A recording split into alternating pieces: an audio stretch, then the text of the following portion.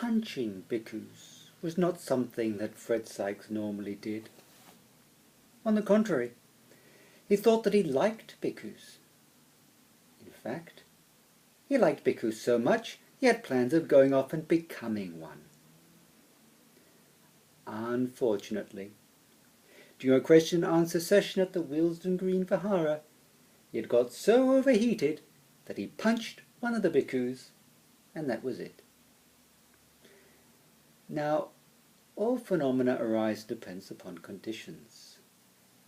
The fist that punched Bhikkhu Puce retained the odour of bleach from a month spent as itinerant house cleaner to a rosary of ladies blessed with ripening age. All that week Fred Sykes had been from sink to sink, from carpet to carpet, on a bicycle with a bucket of his favourite detergents hanging off his shoulder, and it is said that in spite of its manifest defilements, this samsara is yet perfumed with nirvana, and there is a Buddha seed dormant in every living creature, rendered ineffective temporarily, and not forever, by the layering thick of the dust of ignorance. So it should come as no surprise that there should be at least some point of resemblance, however remote, between Fred Sykes and the Buddha, which was that the dirt of samsara has as little lodging in the Buddha as on the smooth of the fingernail. And on Fred's fingernails there was no dirt. Nayutis of Kotis of Samkhya scouring pads had seen to that. That very afternoon. But when Bhikkhu Puce, oh alas for these misunderstandings in the matter of religion, had had the temerity to impugn his listeners, through kalpas of being beheaded for murder, rebirth after rebirth, their blood overflowing the ocean, that was all he meant, with little dirt under their fingernails, Fred saw not red, but a spot of grease that his knuckle dusters to pure itched and instantly reacted to deal with, knocking it out of existence and restoring to purity the cranium of that partaker of the Dhamma that was Bhikkhu Puce. And still is, thank goodness, for he was only lightly concussed, and coming round again with a smile. Perhaps the very smile that Shariputra greeted Moggallana when explained to him that a 5-headed yaksha had just successfully cracked open the shell of a tortoise on his head. The immediate recipient of that smile were the arms, now faded in their charms, of Isolde Bickersteth, widow of Major Bickersteth, and niece of a notable aunt who had once shared a tarot pack with Madame Blavatsky herself. She lived on in grief of her dearly beloved departed, brought to spiritual tremors by bereavement, loneliness, and application to the whisky cabinet.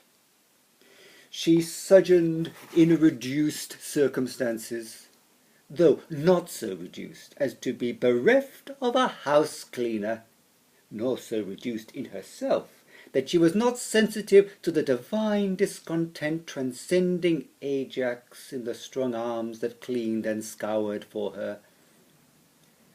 One evening he opened his heart to her, and he told her they had been so moved the previous Sunday at the sight of a beautiful Arakosian statuette of the Bodhisattva Suvarnapushpa in the Central Asian section of the British Museum that he had realized there and then that he was a Buddhist, that he had always been a Buddhist. There was nothing for it. He would become a monk. Isolde had then had such hopes as they sped in a taxi that evening to the Willesden Vihara.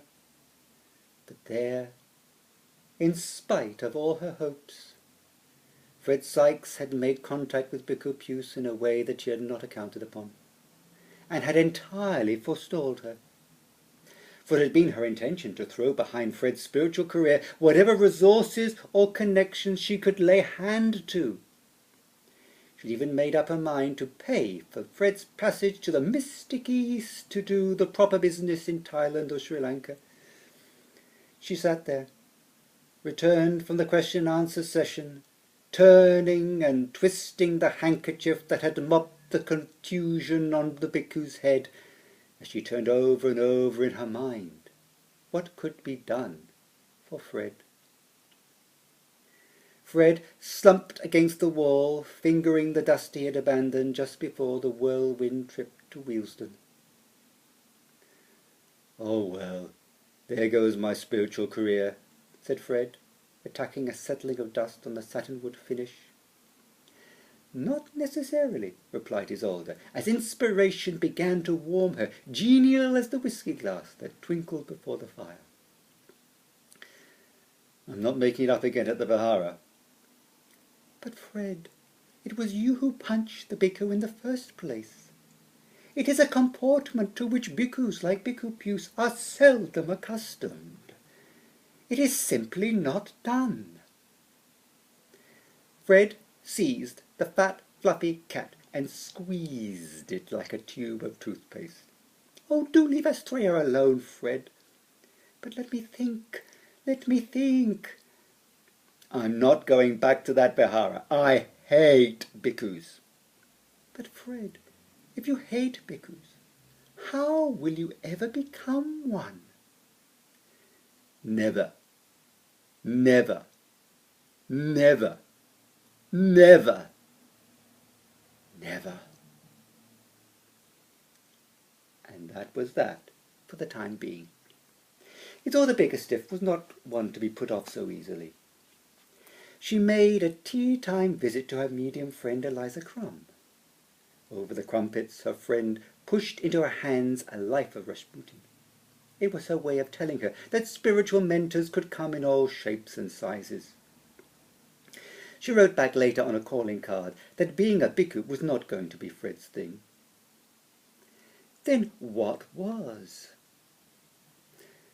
Her friend responded by astral post even before she had had time to pop the card through her door. "Ordain him yourself," replied Eliza on a sibylline leaf received through Isolde's letterbox. And she meant it. She was perfectly serious. At first Fred Sykes thought the whole thing was a joke. It had such a whiff of caftan about it. Eliza was firm and positive with him. Once more at tea-time over crumpets, she insisted, where there's a will, there's a way. When the disciple is ready, the guru appears. Isolde informed Fred in relays of Eliza's rompings on the astral plane. She called on a Red Indian, who asked an Albigensian Cathar, who contacted Queen Hatshepsut, who consulted a Siberian shaman, who shook his bones and replied to the Queen, who returned to the Cathar, who got back to the Red Indian, who dropped in on Eliza, who phoned Isolde, who finally told Fred that, yes, a guru was there waiting for him in Listen Grove, a Mr. Chan. "You must buy an auspicious scarf," concluded Eliza. "We'll go this afternoon to Marks and Spencer's. A hanky will do," confirmed Isolde. And so it was that Fred Sykes was not merely bundled into a taxi by the two ladies, but he was well and truly launched on his great spiritual adventure.